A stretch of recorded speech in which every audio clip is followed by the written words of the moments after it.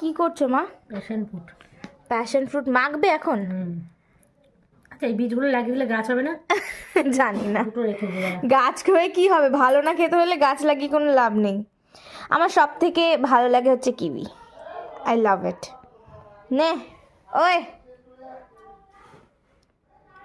এটা দেখে এখন তোর মুখটা দেখছিস কেমন লাগছে? লেবুর সাথে একসাথে নিলি?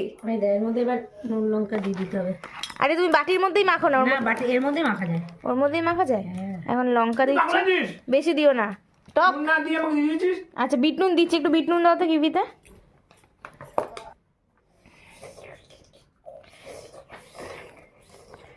এটার মধ্যে একটু নুন দিয়ে দিলে। আমার সব থেকে ভালো লাগে কিউই। হ্যাঁ, প্যাশন ফ্রুট মাখা, মানে আমরা বাঙালিরা হেলদিটাকেও আনহেলদি করতে খুব ভালো পারি। যতদিন শরীর আছে এনজয় করে যাও।